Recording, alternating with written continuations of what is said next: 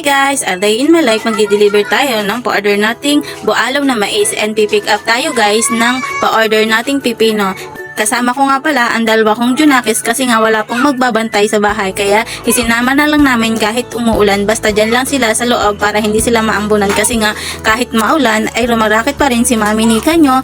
And guys, bago kami mag-deliver is pipick upin muna namin yung pipino doon nga pala sa Barangay Talisay and inintay muna namin mag alas 9 kasi nga 9 pa yung deliver namin and dito muna kami sa court nagintay and finally 9 AM na so magpipick up na kami ng pipino dito. And sabi ko nga pala dito kay Daddy is videohan niya ko kasi nga sama ko to sa vlog.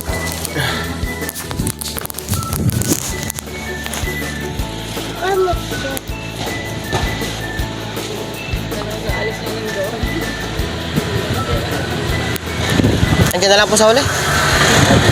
Ha? Sige.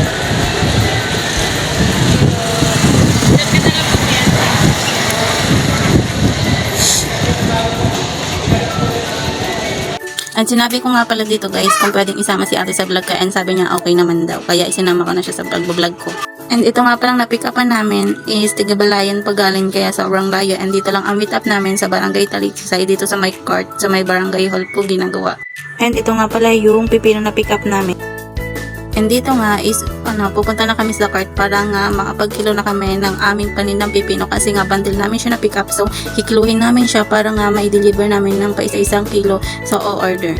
And dito nga habang nagkikilo kami ay nagkaroon ng problema kasi nga kulang nga yung bundle ng pipino namin so hindi siya naging 10 kilos kaya naman itinat ko na agad sina ate para hindi agad sila makalayo kasi nga sabi nga nila may dideliveran pa sila so nahabol naman namin and naayos naman namin yung kilo namin dito sa bundle kaya nga ito binalikan namin sila sa may lago para nga maayos yung kulang sa pa-order. At dahil ayos na is magde-deliver na kami dito sa una nga palang dineliveran namin at dito nga pala yung sunod na pinuntahan namin deliveran. At hindi ko na nga pala na-videohan yung iba nga pala namin deliveran kasi nga ayaw nila mag-video and kailangan natin mag-ask ng permission kung pwede silang mapasama sa video natin kaya kung ayaw naman nila hindi naman natin pipilitin para makasama sila sa ating vlog. And kung mapapansin nyo nga guys yung mga video ko is hindi nga sila nakikita kasi nga niyuyuko ko lang yung camera na pinadideliveran ka and kung may nahagip man is tatakpan ko na lang ng sticker para nga hindi sila makita sa video ko. And dito nga yung next na dideliveran natin ay kay Mabuting Kapitan. Dito tayo magdi-deliver ng pa-order nating pipino. Thank you po sa pag-order. And bago nga pala tayo pumunta sa next na dideliveran is bumili muna kami ng pang-ulam ngayong tanghalian para nga masarap ang ulam and nabili namin is balato na may sotanghon. Masarap ito sa tag-ulan.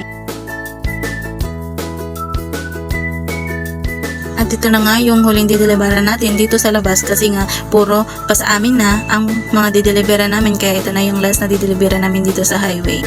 And dito na nga po nagtatapos ang vlog ko. Don't forget like and share and follow my page and don't forget subscribe my YouTube channel. Thank you for watching. Bye bye po!